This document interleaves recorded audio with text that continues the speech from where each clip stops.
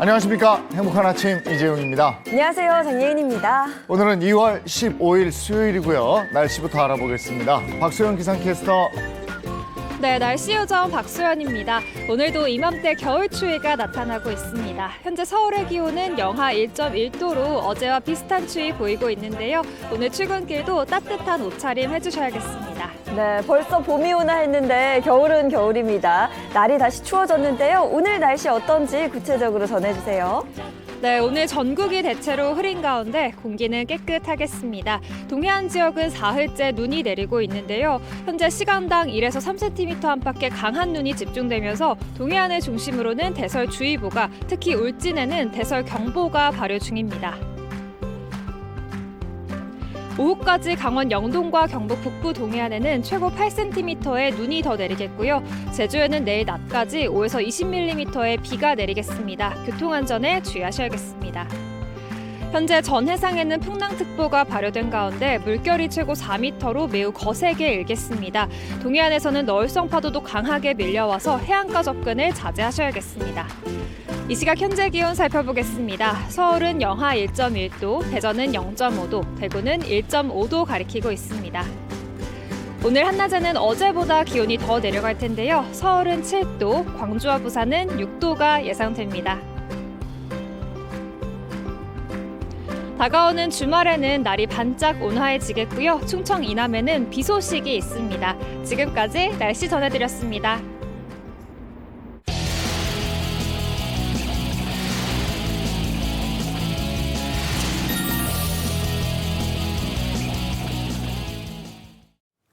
화제 이슈를 발빠르게 전해드리는 모닝 브리핑 순서입니다. 김성환 시사평론가와 함께합니다. 어서 오세요. 네, 안녕하세요. 네, 첫 번째 이슈부터 전해주시죠. 네, 이 뺑소니 교통사고 첫 번째 이슈는 뺑소니 처벌 가중입니다. 뺑소니 교통사고에 대해서 그동안 최대 징역 10년까지 선고가 됐었는데요. 이게 징역 12년으로 높아지게 될 것으로 보입니다. 법원 양형위원회가 회의를 열어서 이 같은 교통범죄 양형기준 수정안을 의결을 했습니다. 네, 구체적으로 이 처벌이 얼마나 가중되는 거예요? 그러니까 뺑소니 교통사고의 유형도 굉장히 다양할 수 있잖아요. 네. 예를 들어서 말씀드리면 사고를 낸 뒤에 피해자를 다른 곳에 유기하고 도주를 했는데 피해자가 사망에 이르렀다. 이거 조금 죄질이 무거울 수밖에 네. 없잖아요. 그렇죠. 이런 경우에는 기존의 양형 기준이 징역 3년이었는데요. 3년에서 10년 사이였는데 이게 최대 징역 12년으로 2년이 더 높아지게 됩니다. 형이 더 무겁게 선고될 수 있다 이런 얘기가 되는 거고요. 또 유기하지 않고 도주를 했는데 사망한 경우도 있을 수 있잖아요. 이런 경우에는 징역 2년 6개월에서 8년 사이였는데 이것도 역시 최대 징역 10년으로 2년이 높아지게 됩니다. 또 뺑소니를 하긴 했는데 피해자가 사망하지 않고 다치기만 했다. 이런 경우도 있을 수가 있는데요. 이런 경우에는 징역 5년에서 6년으로 권고형량이 1년 더 높아지게 됩니다. 하지만 이제 감경 요소라고 하는 것이 있잖아요. 그러니까 재판부가 판단을 할 때 뭐 여러 가지 사정을 감안할 필요가 있다. 이렇게 판단을 할 부분들이 있는데 기존에는 징역 6개월 이상 반드시 처벌을 하도록 이렇게 권고를 했었는데요. 수정안에는 상해가 경미하거나 피해자가 처벌을 원하지 않으면 벌금 300만 원에서 1,500만 원까지 선택을 할 수 있도록 조금 더 형을 낮췄다 이렇게 보시면 될 것 같습니다. 최근에는 어린이 보호구역 교통사고 또 음주운전 처벌에 대한 논란도 있었는데 이것도 변화가 좀 있습니까? 네, 이것도 조금 더 형이 무거워지게 된다 이렇게 보시면 될 것 같은데요. 작년 12월 강남의 한 초등학교 앞에서 음주운전자가 초등학생을 치여서 숨지게 하는 사고가 있었잖아요. 그때 현장을 떠났는데 뺑소니 혐의를 적용하지 않았다 그래서 논란이 굉장히 있었거든요. 근데 이번에 양형위원회가 이 부분에 대해서 혼지를 했습니다. 스쿨존에서 교통사고로 어린이가 다치면 6개월에서 5년의 징역형을 선고하도록 했고요. 또 사망을 하게 되면 최대 징역 8년형을 선고하도록 그렇게 했습니다. 형이 더 무거워지게 되는 겁니다. 그리고 교통사고를 내지 않았다 하더라도 음주운전을 했다가 적발하는 경우가 있을 수 있잖아요. 그런 경우에도 혈중 알코올 농도가 0.2% 이상이면 징역 1년에서 징역 4년을 선고하도록 권고했습니다. 그러니까 스쿨존에서는 음주운전을 해서 적발돼서도 안 되고 교통사고를 낸다고 하면 징역형이 선고될 수 있다 이렇게 생각하시면 될 것 같습니다. 네, 이렇게 강화되는 법이 모쪼록 이런 사고들을 좀 예방할 수 있는 효과가 있었으면 좋겠고 피해자도 확 주는 네. 그런 효과가 있었으면 좋겠다 싶습니다. 다음 이슈 전해주시죠. 다음 이슈는 카카오티 콜 몰아주기입니다. 카카오 모빌리티가 카카오티 앱을 통해서 가맹택시에게 호출을 몰아줬다가 공정위로부터 시정명령과 함께 250억 원대 과징금을 부과받게 됐습니다. 공정위는 배차 알고리즘을 조작해서 가맹택시를 일반 택시보다 우대했다고 보고 있는데요. 하지만 카카오티 측에서는 펄쩍 뛰고 있습니다. 우리는 그렇게 하지 않았다 이러면서 지금 법정 소송을 하겠다고 하는 그런 입장을 밝히고 있는 상황입니다. 좀 알아봐야 할 것 같습니다. 우선 카카오 모빌리티가 배차 알고리즘을 조작을 했다. 그렇게 해서 어떻게 가맹택시를 우대했다는 거죠? 카카오티 이용해 보신 적 있으시죠? 네, 있죠. 그럼 네. 일반 택시가 있고 그 다음에 블루택시라고 블루택시. 하는 게 있잖아요. 네. 그 블루택시가 가맹택시라고 생각하시면 돼요. 가맹을 할 경우에도 택시기사 입장에서도 유료로 돈을 내야 되는 상황이고요. 택시를 부르는 승객 입장에서도 최대 3,000원 정도의 수수료를 부담해야 되는 거거든요. 네네. 그러니까 깨끗한 택시다 뭐 이렇게 해가지고 좀 더 택시 서비스가 좋은 택시다 이렇게 네. 인식을 하는데요. 일단 그걸 가맹택시라고 그냥 생각하시면 될 것 같습니다. 근데 이 택시가 그러니까 그 카카오 측에서 처음에는 시장 점유율이 높지 않았거든요. 근데 시장 점유율을 높이기 위해서 가맹택시를 우대하기 시작했다 이렇게 네. 공정위는 보고 있는 거예요. 예를 들면 제가 택시를 콜을 했다고 하면 일반 택시가 가까이에 있으면 일반 택시를 먼저 콜을 보내줘야 되잖아요. 근데 그렇게 하지 않고 가맹택시부터 먼저 부를 수 있도록 배차를 해줬다는 거예요. 오. 그러다 보니까 자연스럽게 가맹택시 수익이 올라가게 되지 않겠습니까? 네. 그러니까 공정위에 따르면은 일반 택시에 비해서 비가맹택시에 비해서 최대한 2배 이상의 이익을 그러니까 수익을 더 얻었다고 하는데요. 오. 그렇게 되니까 자연스럽게 가맹택시 숫자가 늘지 않겠습니까? 그래서 카카오의 시장 점유율이 한 10%대에서 시작했다가 최대 73%까지 높아진 상황이 된 겁니다. 그러니까 공정위에서 바라볼 때 시장 점유율을 높이기 위해서 가맹택시에게 배차 알고리즘을 조작해서 더욱 시장을 교란시키는 방식으로 우대를 했다. 네. 그래서 시장 점유율을 키웠다 이렇게 보고 있는 겁니다. 하지만 카카오티 측에서는 전혀 다른 설명을 하고 있는데요. 왜냐하면 우리가 봤더니 가맹택시의 수락률, 그러니까 콜을 보냈을 때 그걸 내가 받아서 가겠다라고 수락을 하는 경우가 있는데 그 수락률이 가맹택시가 훨씬 높더라. 자연스럽게 배차 알고리즘은 승객 서비스를 위해서 가맹택시, 그러니까 수락률이 높은 택시에게 먼저 배차할 수 있도록 하는 시스템을 만들 수밖에 없었던 것이다. 이렇게 얘기를 하고 있는 겁니다. 네. 그러니까 공정위 측의 말이 맞는지 네. 아니면 카카오티 측의 말이 맞는지 이거는 법정 소송으로 지금 갈 수밖에 없는 것 같아요. 그 어쨌든 이 알고리즘 조작이 가능했고 알고리즘을 조작했다면 저는 이 카카오티뿐이 아니고 우리가 요즘엔 다 모바일로 거래하고 이러는데 거기도 다 알고리즘이 적용되잖아요. 네. 이것도 들여다봐야 되는 거 아닌가 이런 생각이 이게 들어요. 논란이 많이 됐었어요. 예. 뉴스도 뉴스를 배열하는 알고리즘이 그렇죠. 있잖아요. 예, 예. 근데 그 알고리즘을 공개하라고 하는데 지금 네. 포털 측에서 한 번도 공개한 적이 없거든요. 맞네. 우리는 공정하게 하고 있다 이렇게 네. 얘기하는데 그럼 공개해라. 아우 그거는 공개하지 못한다. 영업 네. 비밀이다. 이렇게 네. 얘기를 하고 있거든요. 네. 그 가운데 뭐가 있는지 사실 잘 모른다고 하는 거예요. 그러네요. 그러니까 지금 택시 같은 경우에도 카카오 측 설명으로는 승객들이 먼저 배차가 돼서 빨리 이동하실 수 있도록 우리가 편의를 보장한 것이다. 근데 그렇게 얘기하는데 어찌 생각해 보면 가맹택시가 이 수락률이 높다는 거를 알고 알고리즘을 그렇게 만들어 버리면은 그렇게 되는 거잖아요. 그러니까 어쨌든 이 네. 부분은 다른 쪽까지도 한번 혹시 뭐 이런 생각이 들게 하는 부분이 있습니다. 네. 자, 다음 이슈 전해 주시죠. 네, 세 번째 이슈는 상사톡의 하트입니다.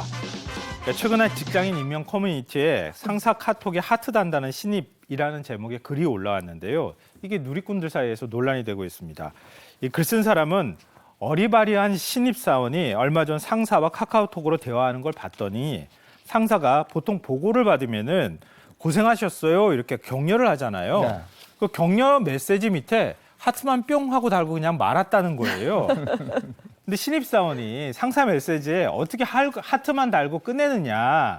MZ 세대라고 하는데 이게 보통 이제 꼰대들이 하는 말인 줄 알았더니 그게 아니더라. MZ 세대에도 문제가 상당히 많다. 그러면서 막내 직원을 비난을 했다고 하는 겁니다. 이걸 가지고 이제 누리꾼들 사이에서 설왕설래가 있는 거예요. 네. 그 해당 기능은 그 받은 메시지에 대해서 이 간단한 반응을 표현하는 네. 뭐 그런 기능이거든요.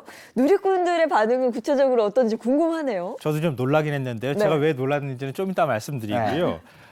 일단 누리꾼들 사이에서는 글 쓴 사람이 오히려 더 꼰대 아니냐 뭐 이런 식의 오. 반응을 보였어요. 네. MZ 세대들 사이에서 이렇게 예를 들면 카카오톡 메시지가 오잖아요. 네. 그러면은 마지막에 상사한테 고생하셨습니다. 그러면서 뭐 반응을 보인다거나 이러면은 상사한테 밤늦게 메시지가 또 가잖아요. 네. 카톡 이렇게 울리잖아요. 네네. 근데 하트만 뿅 하고 달면 그 메시지가 알리면 안 가거든요. 오히려 상사를 배려한 거 아니냐. 그런데 이게 왜 비난받을 일이냐. 뭐 이런 반응을 보이기도 하고요. 또 읽고 무시한 느낌을 주지 않기 위해서 하트를 다는 경우가 굉장히 많다. 이런 반응이 일단 주류를 이루고 있는 상황입니다. 하지만 대답을 해줘야 하는 것 아니냐. 상사가 이렇게 해가지고 보고를 받았다고 하면은 상사한테 어떤 식으로든 반응을 보여줘야 되는 건데 반응을 보여주지 않은 것은 너무 심한 거 아니냐. 뭐 이런 반응도 사실은 있습니다. 제가 왜 깜짝 놀랐다고 하냐면요. 네. 제가 들어가 있는 카카오톡 방에서도 하트 뿅뿅 달거든요. 네. 저도 달거든요. 네. 그럼 저는 뭔가요? MZ 세대인가요? 아니면 꼰대인가요? 잘 모르겠어요. 제가. 근데 이게 세대 간의 소통의 차이라는 게 있어요. 저도 전에 막 무슨 중계방송 하는데 수영에서 박태환이 금메달 땄을 때가 하는데 오. 박태환 금메달! 말도 안 돼, 박태환! 이런 거예요. 오. 야, 이게 말도 안 돼. 큰일 났다. 이거 말도 안 된다니. 그 표현이 잘못됐다는 어. 거죠. 근데 그게 서프라이즈 뭐 이런 표현이라면서요. 아. 근데 그 윗세대들은 뭐? 말도 안 된다고? 금메달 땄는데? 이렇게 지금 아마 그런 차이가 아, 네. 일단 글 쓴 그 선배 직원일 거 아니에요. 네. 선배 직원도 MZ 세대일 것 같은데 왜 그렇게 반응을 보였을까 싶기도 하고요. 선배 직원도 한번 하트 달아보면 어떨까 싶어요. 네. 어떤 반응을 보이는지. 아유, 참 알겠습니다. 어렵네요. 네. 예, 오늘 모닝 브리핑 여기까지 하겠습니다. 김성환 시사평론가와 함께했습니다. 고맙습니다. 네. 고맙습니다.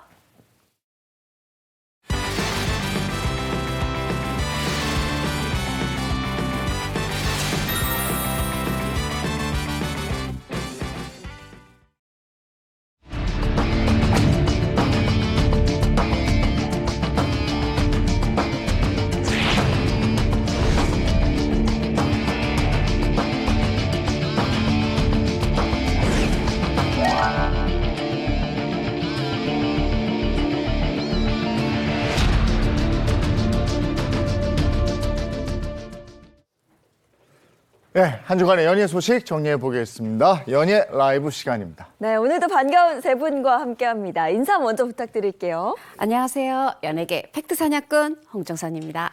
안녕하세요. 연예계 자칭 특종 여신 연예부 기자 최정아입니다.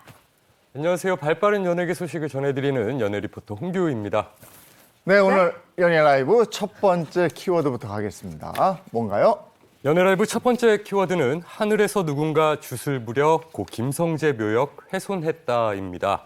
그룹 듀스로 활동했던 가수 고 김성재 씨 묘역을 훼손한 40대 여성이 경찰에 붙잡혔다는 충격적인 소식입니다. 네, 상상할 수도 없는 일이 어처구니 없는 이유로 발생하게 된 건데요. 고 김성재 씨 가족들의 입장에서는 정말 하늘이 무너져 내리는 그런 기분일 것 같아요. 그렇죠. 그 김성재 씨 동생이 한 매체와 인터뷰를 했어요. 그 인터뷰를 통해서 이렇게 얘기를 했습니다. 상상할 수 없는 일이다. 황당하다. 어떤 사람한테는 이게 가치 있는 어떤 물품일 수도 있고, 하지만 다른 사람한테는 이게 뭐 쓰레기라고도 할 수 있을 만큼 아무것도 아닐 수 있는 그런 물건들이었다. 말하자면 어떤 사회 경제적 가치를 볼 때 금전적 가치가 그렇게 높은 뭐 귀금속 이런 건 아니라는 거죠. 가끔 CD라든가 오래된 물건들 이런 거에는 좀 분실 우려가 있었지만 지금 남아 있는 거는 무형의 가치 뭐 그런 것들이 있는 거였다. 그런데 누군가에 의해서 손이 대지고 또 이거를 훼손했다. 이거가 정말 납득이 안 된다. 화가 난다기보다 허탈하다. 이런 말로 안타까운 심경을 표현했습니다. 네, 그래서 범인은 왜 고 김성재 씨 묘역을 훼손한 거예요? 네, 일단 잡은 범인 40대 여성입니다. 그리고 스스로 고 김성재 씨의 팬임을 자청하고 있는데요. 사실 팬이면 이런 행동을 하면 더욱 안 되죠. 되는 네. 것이죠. 이 묘역을 훼손한 이유에 대해서도 약간 이해할 수 없는 말들을 펼쳐놨습니다. 누군가가 주술을 걸어서 김성재를 하늘에서도 힘들게 만들고 있다. 그래서 내가 묘역에 있는 물품을 직접 처분한 것이다 라고 주장한 것으로 알려져 있습니다. 이 범행 동기가 매우 황당한데 이 훼손된 묘역을 처음 발견한 분이 고 김성재 씨 어머니셨다고요. 그렇죠. 지금 동기가 너무 황당하잖아요. 거기다가 김성재 씨의 어떤 팬이라든가 유족들이 갖다 놓은 그 물품을, 추모품을 마치 그 추모품을 통해서 주술을 건 것처럼 지금 이 여성은 뭐 주장하고 있는 건데 이거를 먼저 그 발견한 분이 어머니였는데 아니 그 유족이나 팬들이 갖다 놓은 물품이 싹 다 사라졌대요. 그뿐이 아니라 그 묘역 주변에 있는 나무가 뿌리째 뽑혀 있었다라는 거죠. 그래서 이걸 수상이 여겨서 지난 3일에 경찰에 수사 의뢰를 했다고 합니다. 아니 근데 이게 고 김성재 씨 물품을 뭐 처분하기 위해서 갔다가 경찰에 덜미를 잡힌 거라면서요. 네, 맞습니다. 고 김성재 씨 어머니 신고를 받은 이 경찰이요, 곧바로 수사에 착수를 했는데요. CCTV 영상을 이렇게 돌려보던 중에 여러 차례 이곳에 등장한 범인을 굉장히 수상하게 여겼었던 거죠. 그래서 경찰이 이 나타났었던 범인을 유력 용의자로 보고 며칠 뒤에 현장 인근에 나타난 이 40대 여성을 잡았습니다. 그런데요, 이 범인 정말 이야기 들어보면 대범합니다. 돈을 지불하고 인부를 동원을 해가지고요, 물품을 옮긴 것으로 확인이 됐거든요. 사실 자기 가족묘가 아닌데 이렇게 하는 거 정말 쉽지 않잖아요. 그리고 지난해에도 이 묘역에서 일부 사라진 물품들이 있었는데 그것도 내가 했다라고 추가 자백을 한 상황이라고 합니다. 이 40대 여성 범인은 그럼 어떤 처벌을 받게 될까요? 네, 이 범인에게 적용되는 법 재물손괴죄입니다. 이게 이제 그 다른 사람의 물건을 고의로 훼손했을 때 형법 366조의 어떤 그 기준으로 이 적용을 받아서 3년 이하의 징역이라든가 700만 원 이하의 벌금을 받게 돼요. 근데 우리가 이렇게 형사상 범죄가 되면 이 형량이나 벌금을 감하기 위해서 그 피해자한테 내가 죄송합니다 하면서 사과도 하고 어떤 피해에 대해서 책임지겠다 하잖아요. 이 사람도 40대 여성도 내가 이 손실에 대해서 배상하겠다. 그리고 이 훼손된 묘역 원상 복구하겠다. 일단 이렇게 얘기는 한 것으로 알려지고 있습니다. 범인이 손해배상하고 원상복구 약속했다고 그러는데 이게 현실적으로 가능합니까?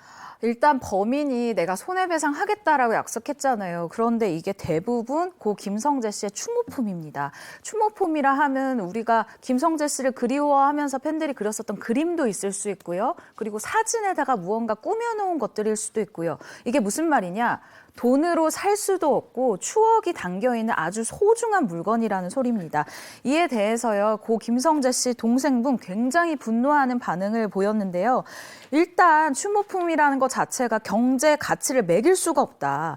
원상복구를 하겠다는데 원상복구의 뜻을 알고 있는지가 의심이 된다. 원래대로 되돌려 놓는 것 자체가 불가능한 상황인데 그동안에 또 시간은 어떻게 보상을 하겠다는 말인지 이해가 되지 않는다라고 아주 화가 난 이 모습을 보였습니다. 너무 당연한 반응이죠. 네. 그럼요. 이번 사건이 고 김성재 씨 가족분들에게는 또 다른 상처가 되지 않을까 싶어 좀 씁쓸합니다. 그렇죠.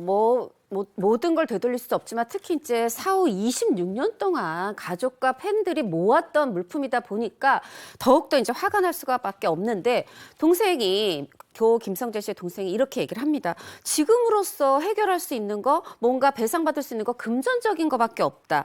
근데 이게 이런 피해자 입장에 오히려 다른 사람이 보기엔 아니 지금 돈 욕심내는 거 아니야? 이런 프레임이 씌워질 수 있어서 조심스럽다 이렇게 얘기를 하면서 물론 가장 바라는 거는 원상복구지만 최소한 다시는 이 우리 형의 묘역에 오지 않을 수 있도록 못하도록 조치가 취해질 수 있으면 좋겠다 이렇게 희망을 했고요.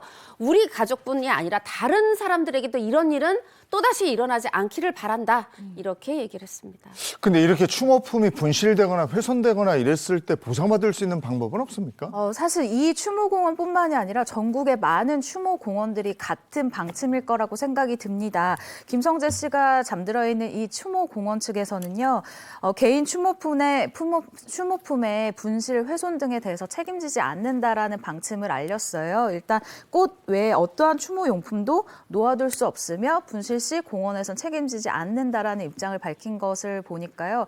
사실은 공원 측에서 책임을 좀 감당을 하는 것도 좀 부당한 부분이라고 생각이 들어요. 네, 알겠습니다. 자, 이어서 두 번째 연애 소식 키워드로 한번 살펴보겠습니다. 연예라이브 두 번째 키워드는 유아인 프로포폴 대마 의혹에 휩싸이다입니다. 배우 유아인 씨의 프로포폴 상습 투약 혐의 의혹이 불거진 가운데 유아인 씨는 수일이 지났지만 여전히 침묵하고 있고 경찰도 신중한 모습을 보이며 국립과학수사연구원의 결과에 관심이 쏠리고 있다는 소식입니다. 네, 프로포폴 상습 투약 혐의를 받고 있는 유아인 씨. 이게 어떻게 알려지게 된 겁니까? 네, 지난 2월 8일입니다. 연예부 기자들이 정말 오후에 난리가 났습니다. 저녁이었던 걸로 기억이 나는데요. 영화계에서 흥행 보증수표로 불리는 30대 남자 배우가 마약류 관리 위반 혐의로 경찰 수사를 받고 있는 중이다라는 단독 보도가 떴기 때문입니다. 이 보도 이후에요. 해당 배우에 대한 호기심이 굉장히 커졌고 기자들 역시 도대체 이 사람이 누구냐라고 경찰서에 막 알아보기 시작했어요. 그런데 의외로 갑자기 유아인 씨 소속사 측에서 선제적으로 발표를 합니다. 유아인 씨가 최근 이 프로포폴과 관련해 경찰 조사를 받았다. 모든 조사에 적극적으로 협조를 하고 있고 또 문제가 되는 부분에 대해서는 적극적으로 소명할 예정이다. 심려를 끼쳐 죄송하다라는 입장을 밝혔습니다. 네, 그런데 식약처가 경찰에 조사를 의뢰한 거다. 저는 이렇게 알고 있거든요. 맞습니다. 이 이제 마약류 이 어떤 위반에 대해서 이걸 말하자면 심사하고 평상시 검사하고 요런 데가 이제 식약처예요. 그래서 시작이 식약처였습니다. 유아인 씨가 이제 이게 유아인 씨 경우에 똑같이 적용되는지 모르겠지만 일반적으로 그러면 식약처가 어떻게 이 마약의 어떤 문제에 대해서 포착을 하고 경찰에 의뢰하는지 설명을 드려볼게요. 식약처에 이 마약류 위반 통합관리 시스템이 있습니다. 여기에서 평상시에 이제 병원에서는 이 말하자면은 프로포폴 처방 권한이 있는 의료 종사자들은 이 식약처의 요 처방한 내역을 보고를 해야 돼요. 그럼 보고 안 하면 끝이야? 그게 아니라 요거는 아주 병수까지 이 용량이 딱딱딱 맞아야 되기 때문에 그걸 그대로 사실대로 보고를 합니다. 이거를 보고를 하고 나면은 이쪽 이제 식약처에서 봅니다. 이거 너무 기준 용법이라든가 이런 거 좀 위반한 거 아니야? 이렇게 생각이 들면 이 부분에 대해서 이제 말하자면 리스트를 작성을 하는 거예요. 그런데 이 내부에 의과대학 교수도 있고 약학대학 교수도 있다고 합니다. 이제 그 분들이 봤을 때 이게 좀 문제가 있다 그러면 그 의료기관 병의원이겠죠. 또 그 관계자에게 이거 어떻게 된 겁니까? 하고 소명을 요구한다는 겁니다. 그럼 소명을 했는데 이거 좀 납득이 잘 가지 않는데 라고 했을 때 그 자문단이 식약처에 있는 자문단이 수사 의뢰를 하게 되는데 그 수사 의뢰 명단에 유아인 씨가 있었다. 요렇게 알려지고 있고 제가 지금 설명드린 거는 어떤 식약처의 그 활동에 대한 그 일반적인 설명을 드린 겁니다. 그럼 유아인 씨는 언제부터 프로포폴을 상습 투약했다는 걸까요? 네, 일단 조사 결과입니다. 유아인 씨는 2021년 초부터 성형외과 약 10여 곳을 돌면서 상습적으로 프로포폴을 투약한 혐의가 이 정황이 밝혀진 상황인데요. 일단 식약처에서는 그러니까 유아인 씨를 타겟팅했었던 건 아니고요. 일단 뭐 전국에서 이런 기간에 얼마나 많은 사람들을 이 조사를 요청했냐? 51명이었습니다. 51명 중에 유아인 씨 같은 경우에는 또 본명이 엄홍식이잖아요. 네. 엄홍식으로 들어가 있었기 때문에 식약처에서도 우리 배우 유아인 포함되어 있었는지 몰랐다라는 입장이에요. 또 경찰 같은 경우에는 2월 5일입니다. 유아인 씨가 인천국제공항을 통해서 귀국한 사실을 처음 이제 알고 현장에 출동해서 유아인 씨의 소변 그리고 체모를 채취를 했습니다. 그리고 국립과학수사원에 의뢰를 했는데요. 지난 10일 이 검사 결과 프로포폴은 일단 음성 반응이 나왔어요. 그래서 한숨 돌리나 했는데 문제는 이번에 추가로 대마 양성 반응이 나와서 연예계가 발칵 뒤집어졌습니다. 네, 그렇다면 이제 유아인 씨 조사는 어떤 식으로 이루어지고 있나요? 일단 13일에 서울경찰청에서 정례 간담회를 통해서 이 내용에 대해서 좀 국민들께 알렸습니다. 이 건의 같은 경우 이 마약류 관리 법을 위반해가지고 이게 지금 마약 수사대에서 수사 중이다. 그리고 이 국가수에 의뢰를 했고 이 감정 결과가 나오면 그때 이제 대상자 유아인 씨죠. 출석해서 또 유아인 씨 말고 다른 분들도 있을 수 있겠죠. 출석해서 조사를 진행할 예정이다. 그리고 그 국가수의 검사 결과에 따라서 신병 처리를 뭐 이제 결정할 예정이다. 이렇게 좀 민감한 사안인 만큼 이렇게 브리핑 그런 기회를 가졌습니다. 식약처, 경찰, 국가수까지 지금 다 총동원이 됐고 그리고 이게 무슨 연예명뿐이 아니고 사회명까지 그냥 막 떠들썩하단 말이에요. 유아인 씨 쪽에서는 어떤 입장입니까? 네, 일단 소속사 입장은 나왔죠. 이미 한번 앞서 소개를 해드렸는데 유아인 씨 같은 경우에는 아직까지 묵묵부답입니다. 평소 유아인 씨라고 하면은 시청자 여러분도 그럴 거예요. SNS를 통해서 굉장히 자신을 둘러싼 논란이라던가 의혹에 직접 소통을 하면서 소신 발언을 해오던 그런 배우로 뭔가 바른 생활 청년으로 기억을 하고 있기 때문에 이번에 배신감이 더 큰 것 같은데요. 이번에는 유아인 씨가 침묵을 하고 있는 상황이죠. 그렇기 때문에 팬들도 실망함을 나타내고 있습니다. 입장 발표를 애타게 기다리면서 해명을 내놔라라는 입장문을 내놨는데요. 그 내용을 보면 기억에 딱 나는 게 평소 소신 발언을 해오던 그는 도대체 어디 있냐라는 이런 문구가 생각이 납니다. 유아인 씨의 경우에 이제 또 구체적인 혐의가 입증될 때까지 또 지켜봐야 되겠네요. 지켜봐야죠. 사실 이제 국민들께서, 이 시청자분들께서 아이고 잊을만 하면 연예인 프로포폴이야 하고 조금 피로감을 느끼시기도 하고 실망감을 느끼시기도 분명히 할 겁니다. 근데 지금 왜 프로포폴 음성이 나왔어? 이런 또 의구심을 가지는 분들도 있지만 아니 지금 그래도 결국은 뭔가 그 음성과 상관없이 다른 그런 프로포폴 상습 투약을 입증할 수 있는, 뒷받침할 수 있는 단서를 쥐고 있으니까 경찰이 소환하지 않았을까, 또 이런 시선도 있어요. 그렇기 때문에 우리가 좀 더 국가수 결과까지 이제 지켜봐야 되는 상황이고요. 다만 저는 우리 뭐 연예인 할 것 없이 온 국민들이 이게 프로포폴이 우리가 위내시경 한다든가 이럴 때 이 법이 정하고 이 의료 법에 의해서 정한 그 기준과 용법을 넘어설 때는 그거는 그 순간 마약이라는 거, 이것에 대해서는 우리가 다 같이 경각심을 가져야 되겠습니다. 네, 자꾸 마약 관련해서 뭐 기사가 나오고 이야기들이 나오고 있어 참 씁쓸하고 걱정도 되는 부분입니다. 네. 자, 이어서 세 번째 연예 소식 키워드로 만나보죠. 연예라이브 세 번째 키워드는 개그맨 표인봉, 연예계 떠나 목사로 변신입니다. 로보캅 춤의 원조이자 우리에게 큰 웃음을 주었던 개그맨 표인봉 씨가 현재 목사로 변신해 제2의 인생을 살고 있는데, 이렇게 제2의 인생을 살게 영향력을 끼친 사람이 바로 김원희 씨라는 소식입니다. 표인봉 씨가 개그맨에서 이제 목사로 변신을 했는데 영향을 준 사람이 김원희 씨다. 이거 어떻게 된 일일까요? 네, 이 목사 안수 받기 전에 예전에 표인봉 씨가 본인이 얘기를 했었어요. 나는 좀 되게 차갑고 이기적이고 합리적인 걸 좋아하는 사람이다. 이치에 맞지 않으면 그건 아예 하지 않으려고 하는 사람이다. 그리고 또 주변에서 이렇게 어려운 처지에 있는 사람들을 돕는 그런 사람들을 보면 아니 어떻게 저게 될까 이렇게 생각했던 사람인데 2013년에 김원희 씨를 따라서 미지의 세계에 다녀온 후에 이런 생각이 확 바뀌는 계기가 됐다고 하네요. 이게 사람이 변하기가 쉬운 게 아닌데 그렇죠. 김원희 씨가 이끈 미지의 세계는 그게 어딜까요?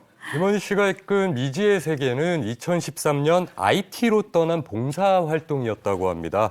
표인봉 씨는 김원희 씨를 따라가게 된 IT에서 새로운 세상을 봤는데 IT로 봉사를 다녀온 후에 아이들이 눈에 계속 밟혔고 마음의 변화가 찾아와 2015년 신학대학원에 진학하면서 2018년 목사 안수까지 받게 되었다고 합니다. 그러면 표인봉 씨는 전임 목사인 거예요? 일단 표인봉 씨 전임 목사는 아니고요. 주로 기독교 문화와 관련된 공연을 담당하는 이 목사 역할을 한다고 합니다.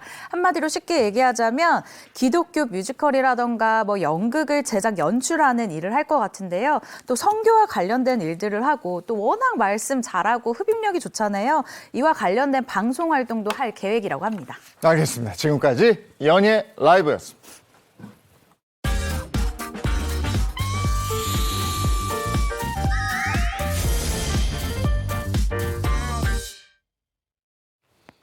네, 이번엔 대한민국 대표 스타들이 걸어온 길을 되돌아보는 스타 주민 시간입니다. 네, 홍규 씨 오늘 스타 주민 주제는 뭐예요? 네, 오늘도 주제를 소개해드리기 앞서 두 분께 질문 하나만 드려보겠습니다. 네. 두 분에게는 가족이란 어떤 의미를 갖고 있나요? 가족은 뭐 저 에너지의 원천이죠. 저는 가장 친한 친구라고 말하고 싶어요. 네. 제 모든 얘기를 할 수 있는. 에너지의 원천, 가장 친한 친구, 네. 가족, 나와는 뭐 뗄래야 뗄 수 없는 말 그대로 가족인 것 같은데요. 연예계에는 유독 가족 때문에 소가리를 하는 스타들이 많이 있다고 합니다. 특히 돈 문제를 빼놓을 수 없다고 하는데요. 그래서 오늘은 가족의 돈 문제로 소가리를 하고 있는 스타들의 이야기를 준비해봤습니다. 스타주민 오늘의 주제는 스타 발목 잡는 가족 잔혹사입니다. 뭐 사실 돈 문제는 뭐 친구, 지인, 우리가 아무리 친해도 돈으로 엮어서는 안 되는 부분이거든요. 예민한 부분인데 특히 그 부모와 자식은 하늘이 정해준 인연이다. 그래서 천륜이라고 하는데 어떤 스타들이 가족의 돈 문제로 고생을 했는지 좀 궁금합니다. 스타 발목 잡는 가족 잔혹사. 첫 번째 스타부터 가겠습니다. 누굽니까? 스타 발목 잡는 가족 잔혹사. 첫 번째 스타는요. 아버지 사기 의혹으로 구설에 오르며 오래전 왕래를 끊었다고 숨겨진 가족사를 밝힌 가수 강민경 씨입니다.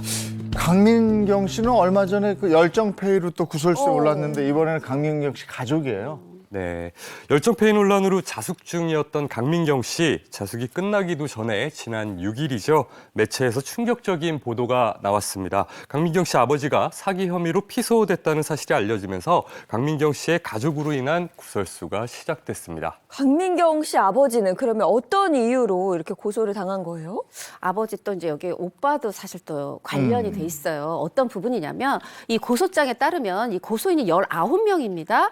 이 19분이 이 강민경 씨 친오빠 소유의 임야가 있는데 이 임야를 평당 40만 원에 어떤 투자 약정서를 맺은 거예요. 내용은 뭐냐면 이거를 2년 내에 주택 개발 이 땅으로 개발을 하겠다. 만약에 이게 지켜지지 않으면 2배로 돈을 말하자면 평당 80만 원으로 오히려 이걸 책임 보증을 하겠다, 상환하겠다 이렇게 하는 내용의 부동산 개발 약정서를 쓴 겁니다. 그런데 이걸 쓰고 어느덧 벌써 6년이 지났다는 거예요. 2년이 아니라.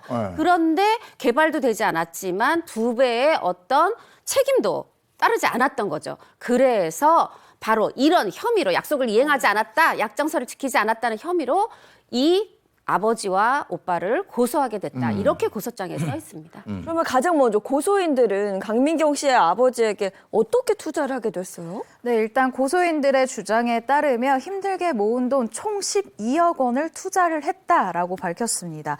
이 경매학원 원장이 사업 설명회 같은 이 자리에서요. 유명한 아이돌 가수 이 다비치의 멤버 강민경 씨 아버지가 실수를 할 리가 없다라는 취지의 설명을 믿고 투자를 했다고 하거든요. 그리고 강민경 씨 아버지 같은 경우에는 이 부산 소재 경매학원에 직접 방문을 하기도 하고 또 자신의 회사에 이 투자자들을 불러서 투자금을 제가 환매하거나 다른 토지로 보상을 하겠다라고 구두 약속을 한 적이 있다고 합니다.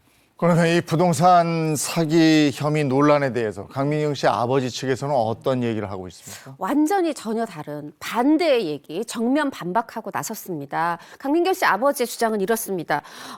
아니, 내가 그 처음에 이걸 뭐 그 경매학원에 가서 애초에 이런 투자를 권할 때 나는 애초에 그 경매학원 수강생들이란 사람들을 알지도 못했다. 나는 경매학원의 원장하고 약정을 맺은 거였다. 내 입장에서 보면은 갑자기 얼굴도 모르는 사람들이 나타나서 돈을 달라고 하는 거다. 이런 식의 지금 얘기를 하고 있고요. 아니 그러면 그 2배로 보장해준다, 반환해준다. 이건 어떤 내용이냐 했더니 그 부분은 내가 이런저런 아이디어를 내다가 나온 얘기였던 거다. 그리고 사실 개발이 전혀 진행되지 않은 것도 아니다. 거기에 지금 길을 일단 냈고 또 다른 일들을 위해서 인허가를 진행 중이다. 이런 주장을 하고 있는 상황입니다. 이 고소인들의 주장에 반박하고 나서 강민경 씨 아버지입니다. 이뿐만이 아니죠. 고소인 5명을 명예훼손 혐의로 맞고소를 했다고 들었어요. 네, 강민경 씨 아버지는 나는 그 사람들과 투자 계약을 맺은 적도 없다. 그렇기 때문에 물어줄 돈도 없고 강민경의 아빠이니 돈을 달라고 주장하는 것과 다름이 없다. 딸의 너튜브에 댓글을 달거나 쇼핑몰에 전화를 건 사람들에 대한 고소장을 접수했으며 앞으로도 계속 강경하게 대응할 것이다 라고 입장을 밝혔습니다. 네, 또 강민경 씨의 새로운 가족사가 드러났다. 이것도 무슨 얘기입니까? 네, 강민경 씨 소속사 측에서 일이 이렇게 커지니까 해명을 내놨습니다. 일단 강민경 씨가 만 18세에 데뷔한 이후에 있었는데 수차례 부친의 불미스러운 금전 문제를 경험했다. 이로 인해서 크게 고통받아온 강민경 씨, 이 부친과 왕래를 끊었고 단 한 번도 부친의 사업에 대해 관여한 적이 없다. 그럼에도 불구하고 피해자들에 대한 도의적인 책임을 다하기 위해 부친의 이 채무를 변제한 적이 있지만 강민경 씨는 연예인으로서의 활동과 현재 대표주로서 이 등록된 회사 투자 및 개발에 포함된 어떤 사업에도 연관이 되어 있지 않다라고 이야기를 했습니다. 이번 사건 역시 강민경 씨 전혀 관련이 되어 있지 않다라는 것을 한 번 더 밝히게 됐었죠. 네, 그런데 이제 비난의 시선이 이어지고 있는 이유가 해명에도 불구하고 과거 아버지의 재력을 SNS에 과시했던 그 글이 또 재조명이 됐잖아요. 네, 강민경 씨가 데뷔 전에 SNS를 통해서 이 아버지에게 선물 받은 명품 가방 이 사진을 올린 적이 있다고 하고요. 또 방송에 출연했을 때 당시 이제 진행자가 김구라 씨였는데 강민경 씨 집안이 부유한 집안이라고 들었다 했을 때 강민경 씨가 이제 당황하면서도 아버지가 건축회사 사장님이다 이제 이렇게 얘기를 한 거예요. 근데 스크린 골프도 운영하신다고 들었다 했더니 스크린 골프는 아니고 골프 연습장을 하셨어요라고 얘기를 했어요. 물론 여기에는 과거 했었다라든가 나랑은 연관이 없지만 그런 사장님이다. 강민경 씨 이렇게 얘기한지 모르지만 대중이 듣기에는 당연히 이제 아버님하고 연관돼 있고 아직도 잘 지내는 걸로 이해할 수 있었던 대목이 있었기 때문에 이 부분이 또 지금 논란이 되고 있습니다. 네, 논란이 계속되고 있는 만큼 조금 더 지켜봐야 될 것 같고요. 자, 이어서 두 번째 스타 누군지 한번 보겠습니다. 스타 발목 잡는 가족 잔혹사 두 번째 스타는 최근 벌금 45억 원을 낸 어머니 때문에 과거 논란에 휩싸인 배우 장근석 씨입니다. 장근석 씨는 또 어머니 때문에 또 구설에 올랐군요. 맞습니다. 그 이제 장근석 씨 어머니이자 사실 장근석 씨의 이전 소속사 기획사의 대표신 분이거든요. 그런데 이 장근석 씨 어머니가 역외 탈세 논란이 일었어요. 역외 탈세 논란은 이제 한국 외 다른 곳에서 벌어들인 수입에 대해서 제대로 세금을 내지 않았다. 이제 이런 거잖아요. 그러면서 다시 이제 아들의 어떤 발목을 잡게 됐는데 2023년 1월입니다. 바로 이제 얼마 안 된 얘기죠. 조세 포탈 혐의로 징역 2년 6월에 집행유예 4년 또 그리고 이제 벌금 30억 원 이거를 이제 말하자면 통보받게 됐어요. 그런데 요거에다가 또 이제 이 연예기획사가 또 신고받았던 세금이 있었어요. 15억 원. 합해서 말하자면 40억 원을 더 내라 이런 벌금령을 받게 된 상황이었습니다. 장근석 씨의 별명이 아시아 프린스고 그 명성에 걸맞게 또 최연소 빌딩 부자 이런 타이틀도 가지고 있거든요. 그랬기 때문에 많은 분들이 이 어머니가 탈세로 벌금을 냈다? 믿을 수 없다 이런 반응이었던 것 같습니다. 네, 맞습니다. 장근석 씨 이 부동산에 대해서 살짝 이야기를 하고 가자면요. 장근석 씨가 지난 2011년도에 청담동에 위치한 한 빌딩을 당시에 140억 원에 매입을 한 적이 있어요. 그러면서 이 언론 기사에 최연소 빌딩 부자다라는 보도가 굉장히 많이 나왔거든요. 그 빌딩 같은 경우에는 현재 250억 원의 가치를 가지고 있고요. 또 이뿐만 아니라 뭐 여러 가지 부동산들이 있죠. 또 아시아를 굉장히 호령했었던 아시아 프린스였기 때문에 장근석 씨의 재력 2020년 한 매체에 따르면 국내에서만 450억이 넘는다라고 하는데 제가 취재를 해보니까 국내에서만 700억입니다. 더 올랐어요.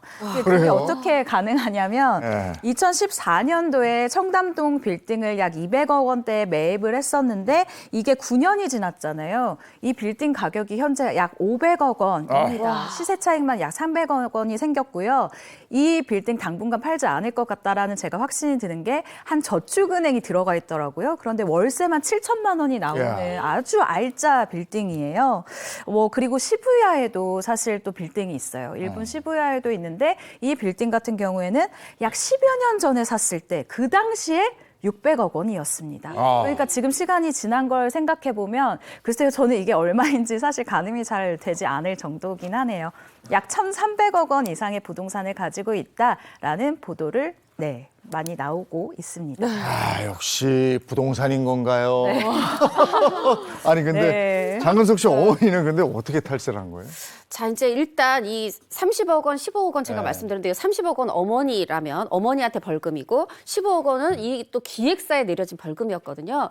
이런 부분이 이제 예를 들면 장근석 씨의 수입의 일부를 이걸 다 소속사의 어떤 매출로 보고를 해야 되잖아요. 근데 이 일부를 본인 명의 혹은 타인 명의의 해외, 일테면 홍콩의 계좌로 그냥 쓱 이체한 거예요. 그러니까 이게 수입이 잡히지 않으니까 이 부분에서 수입에 대한 세금, 소득세를 내지 않으니까, 법인세를 내지 않으니까 이 부분이 탈세가 된 거잖아요. 그리고 또 이제 장근석 씨의 어떤 해외 활동, 특히 일본 활동이 컸었죠. 이런 부분이 또 이렇게 해외로 이체가 되고 이런 부분 때문에 이게 뭐 생긴 게 수입 곳이 일본일 수도 있고 한국일 수도 있지만 이게 또 역외 또 홍콩으로 이게 또 이체가 되고 하다 보니까 이게 역외 탈세가 된 거예요. 그래서 이 부분에 대해서 이렇게 45억 원이 추징이 된 건데 놀라운 건 이게 이제 뭐 현금으로 냈다 이런 또 보도가 있었어요. 네. 그러다 보니까 결국 그럼 돈 낼 돈이 없었던 게 아니라 있었는데 있었는데 안 낸 거야 또 요렇게 되면서 장근석 씨도 아마 속상한 부분이 있었을 겁니다. 네, 그런데 장근석 씨 어머니가 벌금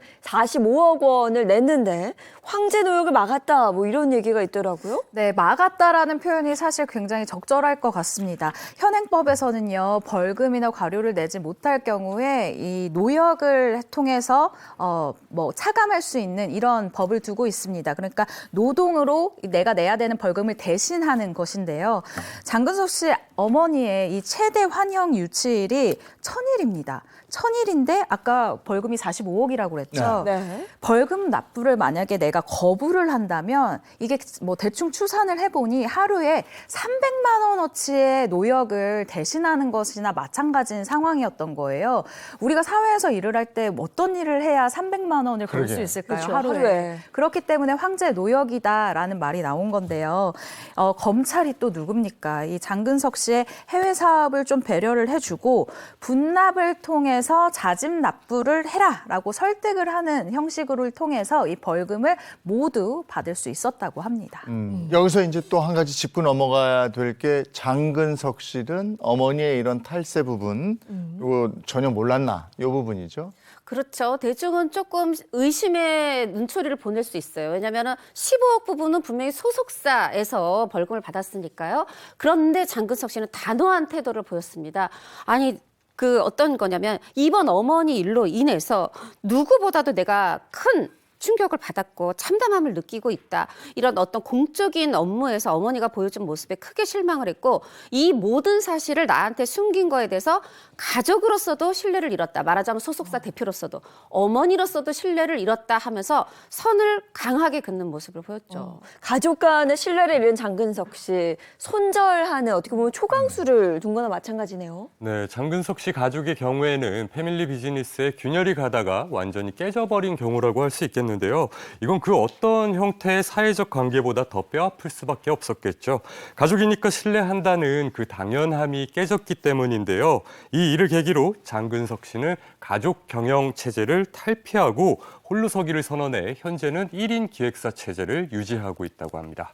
장근석 씨는 뭐 아까 말씀 들어보니까 어마어마한 건물주인데 어머니는 또 탈세범. 뭔가 아이러니해요. 네, 그렇기 때문에 대중의 실망감이 조금 컸었던 것 같습니다. 특히 우리가 연예인을 볼 때, 특히 연예인의 부를 볼 때, 아니 저렇게 부자가 됐으면 어느 정도 책임져야 되는 거 아니야? 라는 이런 뭔가 논리가 대중 정서에 뭔가 퍼져 있기 때문인데요. 일단 관련 사실을 전혀 알지 못했다라는 이 입장문이 이거 꼬리 자르기 아니냐라는 사실 대중의 질타를 받기도 했습니다. 이렇게 나몰라라 함이 뭐 무지함으로 뭐 이렇게 딱 뭐라 그러죠? 이렇게 환승이 된다고 해야 되나요? 이렇게 뭐 다 되는 거냐? 이렇게 무마시키면 되는 거냐?라는 사실 실망 섞인 이야기도 나오기도 했었어요. 네, 가족의 문제로 인해서 그 연예인에게 실망하는 대중들의 눈초리도 있는데 여러 사건들을 봤을 때 유독 연예계가 이 연대 책임을 좀 요구하고 있는 것 같긴 합니다. 맞습니다. 그리고 이제 장근석 씨 경우에 이게 또 한 번이 아니었거든요. 이제 이게 거푸 반복되다 보니까 근데 그때마다 장근석 씨는 손을 딱 선을 그었어요. 물론 두 번째는 완전히 이제 본인이 기획사 독립까지 했지만 대중이 보기에는 지금 말씀하신 것처럼 아니 본인은 부자인데 그리고 아니 본인이 있으면 엄마 잘못인데 이걸 본인이 책임져 줘야 되는 거 아니야? 말씀하신 것처럼 연대 책임을 요구하는 분위기가 있어요. 물론 법적으로 보면 장근석 씨가 그거 저한테 돈이 온 게 아니라 오히려 저도 지금 횡령을 당한 건데요 할 수 있지만 친모자 관계입니다. 그리고 연예인은 이미지로 먹고 살기 때문에 네네. 내가 손해를 보더라도 별 수 없이 그래서 부모의 잘못, 채무를 갚아주는 그런 연예인들이 많은 부분이 또 안타까운 현실이기도 합니다. 네. 현재 장근석 씨는 어떻게 지내고 있습니까? 네, 이런 사태가 벌어졌을 경우 가장 배우가 할 수 있는 거 캐릭터로 이야기하는 방법인 것 같습니다. 장근석 씨 어느 정도 정면 승부를 얘기한 것 같은데요. 일단 의문투성인 살인사건을 파헤치는 열혈 형사, 구도한 캐릭터로 강렬한 이미지를 구축하는 이 작품에 뛰어든 거예요. 인생 캐릭터 경신을 예고했다라는 이 반응도 나오고 있는데요. 장근석 씨 웹드라마 미끼를 통해서 아주 강렬한 등장을 했습니다. 상반기에 방영이 될 이 시즌2에 대한 기대감 역시 굉장히 높은 상황인데요. 그리고 최근에 또 튀르키예, 시리아 이 지진으로 피해를 입은 이 이재민들에게 1억 원을 기부하는 등 온정의 손길을 뻗치고 있습니다. 네, 그렇군요. 다음 스타로 넘어가 볼까요? 스타 발목 잡는 가족 잔혹사 세 번째 이야기 나눠볼 스타는요. 어머니 채무 논란 때문에 국회의원까지 피해자 명단에 포함돼 큰 논란을 겪은 배우 김혜수 씨입니다. 김혜수 씨. 야, 얘기 시작해 볼까요? 네. 1980년대 책받침 스타 중에서 현역으로도 톱스타 자리를 유지하면서 유일하게 미혼인 배우가 아마 배우 김혜수 씨일 것 같은데요. 그런데 김혜수 씨 재산이 얼마인지 혹시 대략이라도 알고 계신 분 계신가요? 상당할 것 같긴 한데. 네. 아니, 제가 알기로는 그 스타의 기간이 상당히 길어요, 김혜수 씨는. 얼마나 오랜 동안 스타 위치에 있었습니까? 그러니 뭐. 저도 너무 궁금한데요. 2019년에 어머니 돈 문제 때문에 뜻하지 않게 김혜수 씨 재산에 큰 관심이 쏠렸었습니다. 최 기자님, 김혜수 씨 어머니 돈 문제와 김혜수 씨 재산 규모가 무슨 연관이 있는지 명쾌하게 설명해 주시죠. 네, 2019년도로 돌아가 보겠습니다. 김혜수 씨의 어머니가요, 이 김혜수라는 이 이름 석자를 앞세워서 13억 원이라는 거액을 빌린 후에 갚지 않았다라는 의혹인 이 빚투 나도 당했다. 이 논란에 시달렸기 때문인데요. 2012년경 당시 김혜수 씨는 전 재산으로도 이 감당을 할 수 없을 정도로 막대한 어머니 빚을 부담하면서 어머니와 커다란 불화를 이미 겪었고 또 마포에 있는 허름한 32평짜리 아파트에서 월세로 산 적이 있다라는 사실을 당시 밝혔습니다. 매번 이렇게 반복되는 금전 문제로 결국 모녀 관계까지 끊게 됐다라는 아픈 가족사를 공개한 건데요. 이 화려한 모습 뒤에 감춰진 김혜수 씨의 그 아주 당당한 모습이잖아요. 그 당당한 여성의 상징 같은 분인데 이분이 아픈 가족사를 고백하는 데까지 굉장히 좀 고민이 깊었을 것이라고 보여지고요. 더 이상은 아마 피해자가 없었으면 좋겠다라는 마음으로 공개하지 않았나라는 생각이 듭니다. 김혜수 씨는 정말 톱스타잖아요. 그런 톱스타가 전 재산으로도 감당할 수 없을 만큼의 빚이 있었다. 이게 부담을 줬다는 게 정말 충격적이긴 하네요. 충격적이죠. 근데 우리가 가만 생각해 보면은 김혜수 씨는 뭐 어디 건물주다.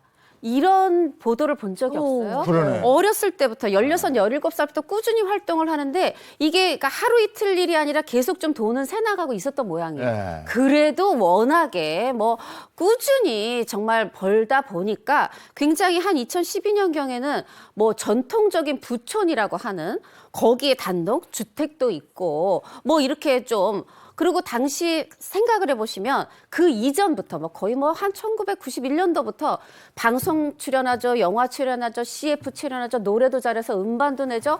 뭐 굉장히 수입이 좋았단 말이죠. 그런데 그런 전 재산으로도 감당할 수 없다.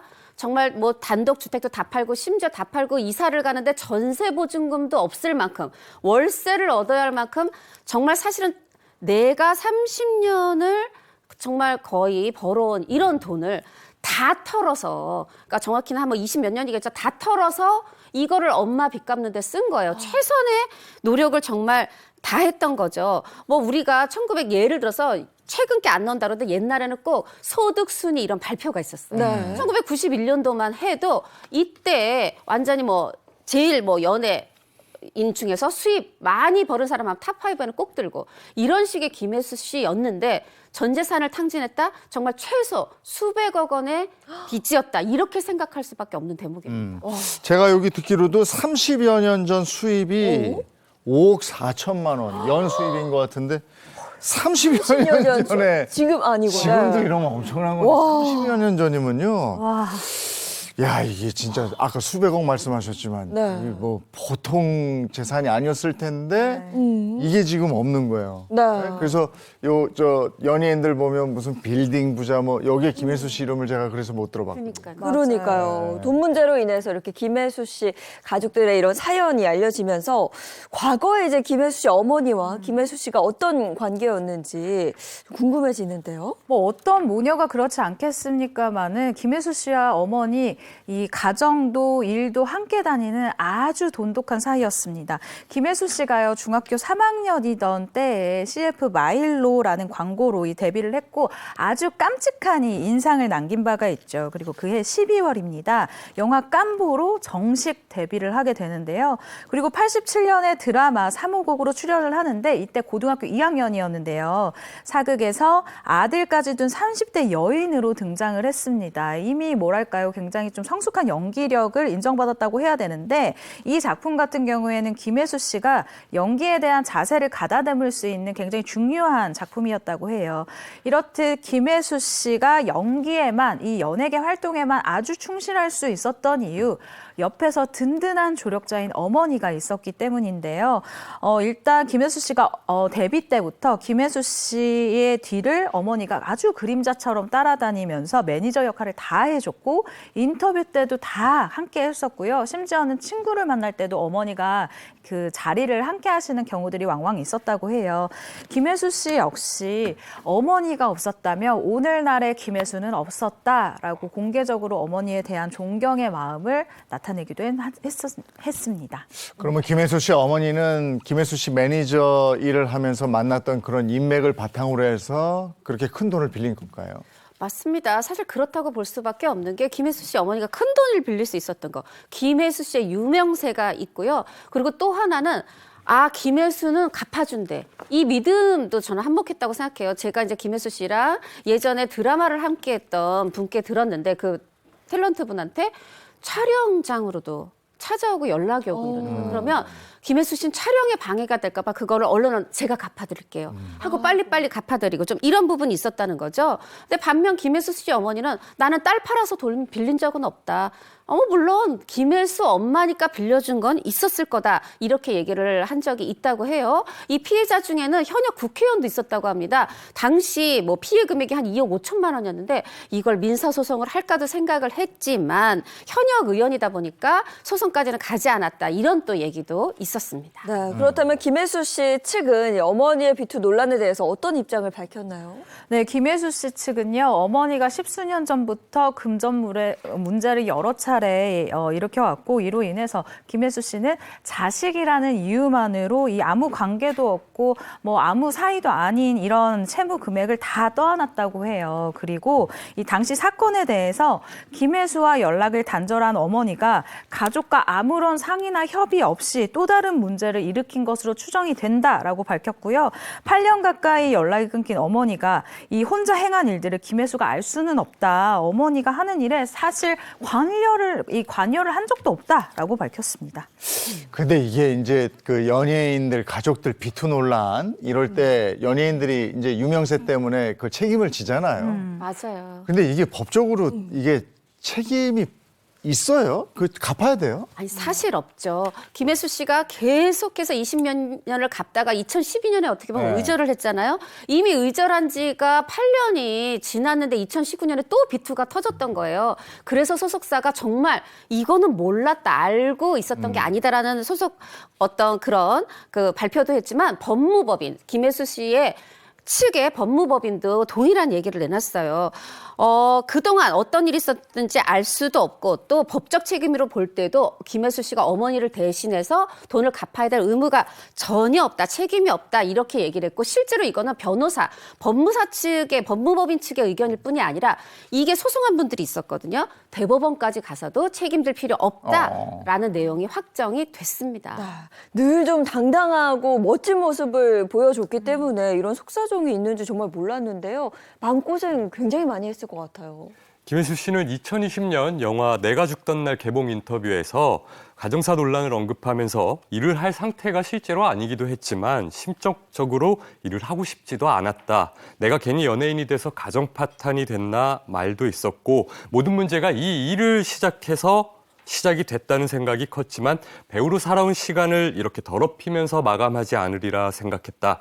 결국 일이 돌파구가 됐다라고 심정을 고백한 적이 있습니다. 그럼 김혜수 씨하고 어머니는 여전히 왕래하지 않고 있는 건가요? 네, 제가 이제 아는 선에서 개인적으로 말씀드리면 어머님하고도 그렇고 또 다른 이제 남매하고도 또 그렇다 그렇게 알고 있고요. 사실 내가 죽던 날 때도 저도 인터뷰를 했었는데 그 영화 내용하고 사실 굉장히 비슷하면서 내가 어떻게 보면 죽었다가 다시 태어난 것 같은 그 어떤 심경의 표현을 고통스러웠던 심경의 표현을 그렇게 했고 그래서 우리가 이제 연예인들한테는 가족 문제에 대해서 좀 야, 돈 있으면 갚아야 되는 거 아니야? 연대 책임을 요구하기도 하는데 김혜수 씨에 대해서는 유독 정말 갚을 만큼 수십 년 갚다가 이렇게 됐다. 요걸 조금 인정하고 오히려 이해하는 그런 분위기가 형성돼 있는 것도 사실입니다. 그렇군요. 알겠습니다. 자, 이어서 다음 스타 누군지 한번 보겠습니다. 스타 발목 잡는 가족 잔혹사. 이번에 이야기 나눌 네 번째 스타는 어머니의 갯돈 사기 때문에 머리를 숙여야만 했던 배우 한소희 씨입니다. 배우 한소희 씨도 어머니 갯돈이요? 예, 이것도 이제 어머니 금전 문제. 금전 문제. 네, 개인적으로 가장 좀 안타까운 사연이기도 한데요. 2020년 드라마 부부의 세계로 얼굴을 알리며 배우 인생에 정말 앞으로 꽃길만 열릴 것 같았던 이 한소희 씨 날벼락이 떨어졌습니다. 바로 한소희 씨 어머니가 이 갯돈 사기를 저질렀다라는 폭로글이 올라왔던 건데요. 결국 이 같은 폭로로 한소희 씨가 뜻밖의 가족사, 이 숨겨진 가족사를 공개해서 정말 많은 사람들 그리고 많은 팬들의 가슴을 정말 안타깝게 했습니다. 어떤 가족사인지 구체적으로 좀 듣고 싶습니다. 네, 한소희 씨는 부모님이 아니라 외할머니 손에 컸는데 부모님이 5살 때 이혼을 했기 때문이었다고 해요. 뭐 이혼한 가정이 다 똑같은 선택을 하는 건 아니지만 그렇게 이제 외할머니 손에 크게 됐고 고등학교 입학할 때 어머니가 사는 울산으로 이사를 하고도 줄곧 외할머니랑 살다가 고등학교 졸업하고 정말 단돈 30만 원 들고 상경해서 이렇게 연예인의 어떤 연예인 준비생 어떤 그런 도전을 하게 됐던 거죠. 사실 이거 이제 막 잘 나가기 시작하는데 제가 이렇게 할머니 손에 컸어요. 부모 슬하에서 자라지 못했어요. 밝힐 이유는 없습니다. 그런데 이렇게 이런 또 비투가 터지다 보니까 제가 이 빚을 갚지 않는 이 배경을 얘기하다 보니까 아픈 가족사를 밝히게 됐었죠. 그 어릴 때부터 왕래가 없었던 것 같은데 근데 데뷔 전부터 어머니 빚을 갚고 있었다면서요? 어머니와의 왕래가 잦지 않았던 한소희 씨는 20살이 지나 성인이 된 이후에 어머니의 채무 소식을 알게 되었다고 합니다. 그리고 자식된 도리로 데뷔 전부터 힘닿는 곳까지 변제해드렸다고 밝혔는데요. 이 같은 해명에 누리꾼들은 교류가 없었던 어머니의 빚으로 논란에 휩싸인 한소희 씨에게 응원을 하는 분위기였습니다. 네, 한소희 씨 어린 시절에 어떻게 좀 생활하면서 어머니 빚까지 갚았을까요? 네, 제가 기자 생활을 약 10여 년 정도 했는데요. 이 10여 년 동안 하는 기자 생활 동안 인터뷰를 통해서 처음 만난 이 인터뷰와 손을 잡고 온 게 사실 한소희 씨가 처음이었어요. 인터뷰를 할 때 이 외할머니 이야기를 한 적이 있었는데요. 일단 저 같은 경우 다시 만난 색이라는 이 데뷔작으로 인터뷰를 했습니다. 한소희 씨의 이 살아온 이야기를 들었는데 고등학교를 이제 일반 고등학교를 다니다가 예고로 진학을 했어요. 근데 사실 이때부터도 아르바이트를 했었고 또 무작정 이 고등학교 졸업을 하자마자 울산에서 서울로 상경을 합니다. 그런데 뭐랄까요. 아주 넉넉한 상황은 아니잖아요. 무작정 30만 원 딱 들고 서울로 온 거예요. 그래서 호프집, 카페 이렇게 시급이 높은 아르바이트를 굉장히 스스로 찾아다니면서 스스로 월급을 벌었다고 하고요. 또 주얼리 가게, 옷가게, 장난감 가게 등 저 진짜 안 해본 아르바이트가 없어요 라고 해맑게 얘기했었던 그 모습이 아주 생생합니다. 그 당시에 가장 오래 했었던 아르바이트로 이 이야기를 한 적이 있는데요. 호프집 아르바이트가 가장 시급이 높았대요. 이 쟁반 같은 거에 막 컵들이 많이 쌓여 있고 왜 아시죠? 이 돌판 같은 거 있으면 또 굉장히 무겁잖아요. 무겁죠. 그래서 시급이 높았는데 오후 6시부터 새벽 6시까지 12시간 풀타임 근무를 했다고 합니다. 그러면 한 달에 한소희 씨 손에 떨어지는 금액이 189만 원이었어요. 이 돈으로 뭐 휴대폰 뭐 돈도 내고 뭐 식비도 하고 무엇보다 월세도 감당을 하면서 살았었고 이 와중에 제가 지금 와서 생각을 해보니까 어머니 빚이 있으면 그 와중에 어머니 빚까지 도와줬었던 것 같아요. 야, 정말 생활력 강한 한소희 씨의 그 스타가 되기 전 모습인데 네. 근데 그 틈틈이 또 어머니 빚까지 갚았다니까 어떻게 생활했나 싶어요. 그렇죠. 그런데 또 이 비투가 한 번으로 끝난 게 아니라 2022년 2월에 또다시 한 번 이 어머니의 사기 혐의, 사기 피소로 또 입방아에 대중에 오르게 됐어요. 입에 오르내리게 됐는데 그때 당시에 소속사가 얘기를 했습니다. 한소희 씨가 미성년자일 때 엄마니까 미성년 딸의 통장을 임의로 개설할 수 있잖아요. 그걸 미성년자일 때 만들어 놨던 걸 말하자면 성인이 되고서도 누구한테 빚을 빌릴 때 그 통장으로 받는 거예요. 그럼 마치 빚을 돈을 꺼주는 사람은 한소희 씨한테 꺼준 게 되잖아요. 네. 그러다 보니까 이걸 뭐 이제 비투가 크게 터쳤을 때는 다 갚지 못했지만 그 전에 그렇게 아르바이트를 하면서도 빚을 그래도 갚으려고 노력을 했던 그런 것들이 이제 드러났고 말하자면은 그래도 이 엄마와 딸이라는 천륜을 끊지 못한 건 사실이다. 이런 부분을 또 공개하게 됐었죠. 그리고 심지어 한소희 씨의 어머니가 지인들에게 돈을 빌릴 때 한소희 씨에게 받은 문자 메시지를 담보로 이용을 하기도 했다 그래요? 한소희 씨가 어머니께 보낸 문자 내용 중에 엄마 내가 열심히 해서 도와줄게라는 내용의 메시지가 있었는데 이를 돈을 빌리는 담보로 활용했었다고 합니다. 이 같은 사실은 2020년 한소희 씨의 어머니가 한소희 씨를 연대보증인으로 내세워 돈을 빌렸는데 갚지 못했고 이 피해자가 한소희 씨에게 대신 돈을 갚으라고 민사소송을 제기하면서 알려지게 된 내용입니다. 야, 그렇다면 이거 어떻게 해야 되는 거예요? 이럴 때는 한소희 씨가 그 빚을 다 갚아야 되는 겁니까? 정말 계속 갚아왔잖아요. 어렵게. 네. 그러다가 이제 정말 딱 비투 터졌을 때 이번에는 못하겠습니다 했고 그러니까 또 소송이 일어났죠. 그래서 법정에 갔습니다. 재판부는 이렇게 판결을 했습니다.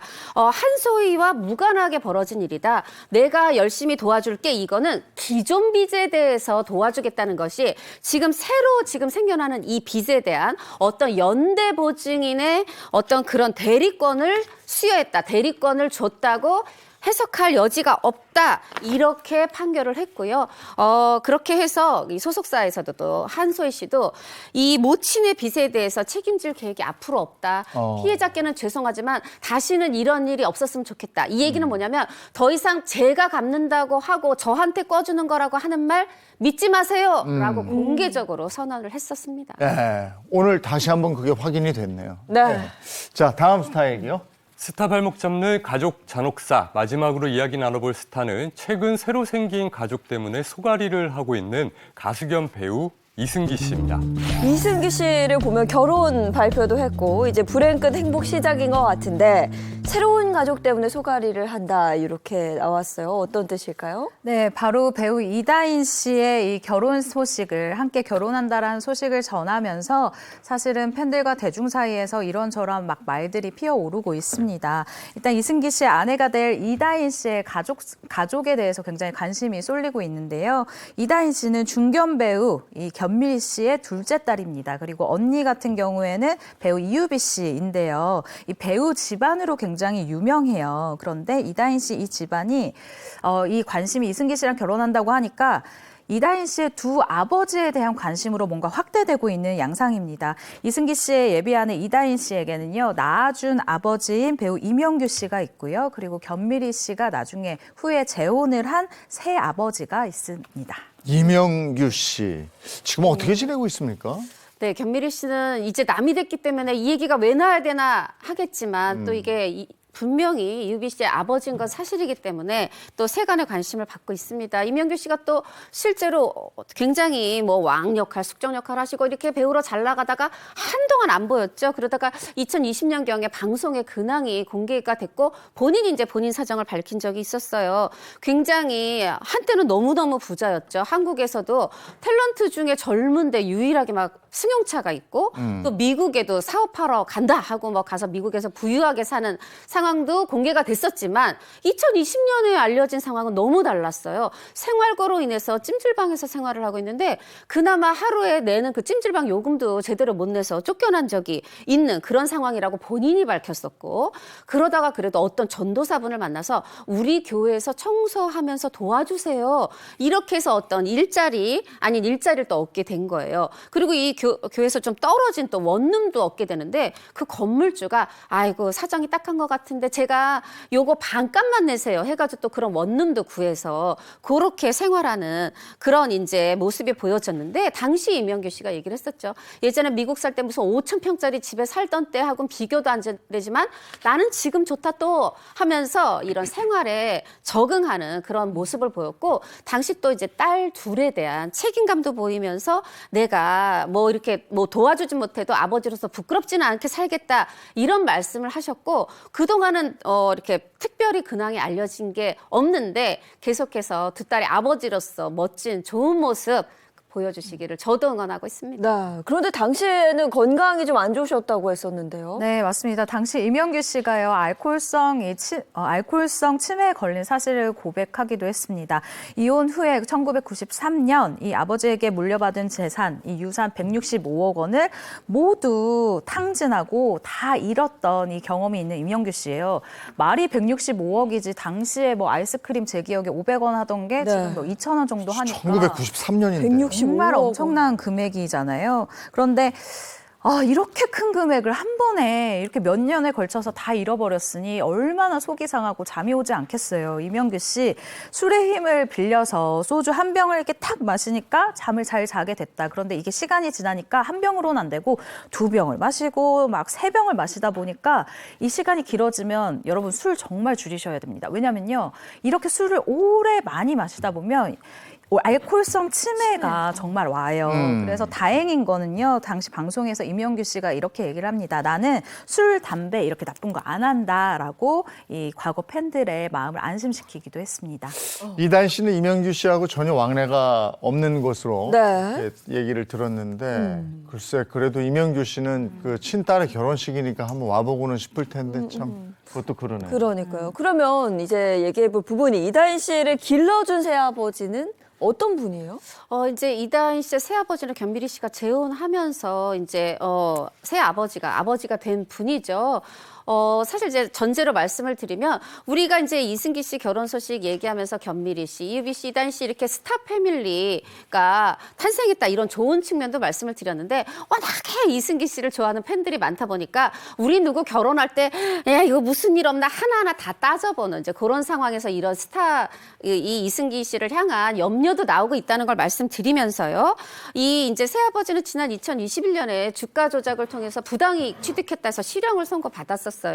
5년 뒤에 또 2016년에도 같은 혐의로 이제 고소됐지만 이 항소심에서 무죄 판결을 또 받았었어요. 그랬었고 당시 이다희 씨가 이 아빠한테 이게 정이 돈독하고 가족이 좋아 보이는 모습인데 편지를 보냈죠. 뭐라고 보냈냐면 곧 아빠도 나오신다니까 행복 가득한 한 해 보내요. 이렇게 편지를 보냈고 이 견미리 씨가 이 둘째 딸의 이런 편지를 또 SNS에 공개를 하면서 이제 어떠한 여러 가지 집안에 모두 역경이 있죠. 그런 역경 속에서도 단단한 그런 모습을 강조해서 보여주기도 했었습니다. 네, 이 가운데 사실 이유비 씨, 이다인 씨가 또 외모도 굉장히 출중하잖아요. 때문에 대중의 관심을 한 번에 작품보다는 초반에는 이다인 씨 같은 경우는 외모로 그리고 집안으로 굉장히 큰 화제를 모으기도 했었는데 이 당시에 자신의 SNS를 통해서 내 방 거실에도 TV가 생겼다라는 글을 올려서 화제가 된 바 있습니다.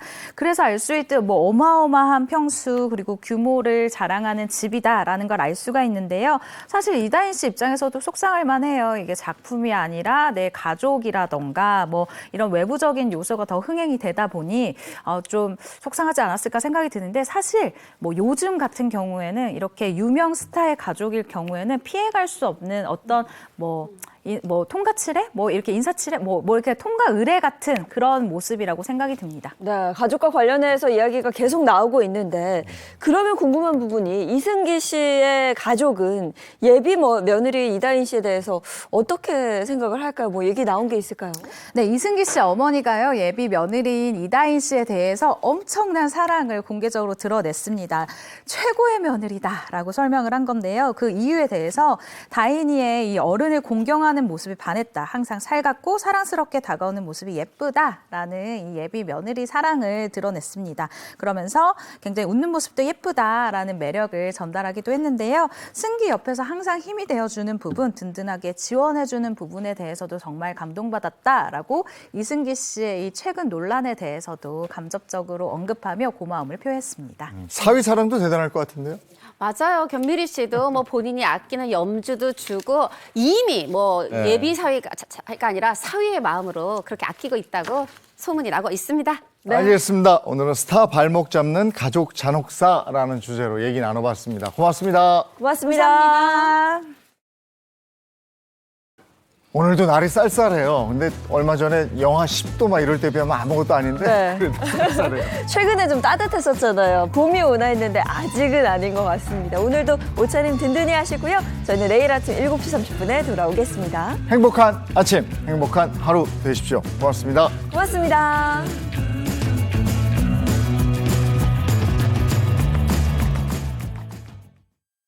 채널 A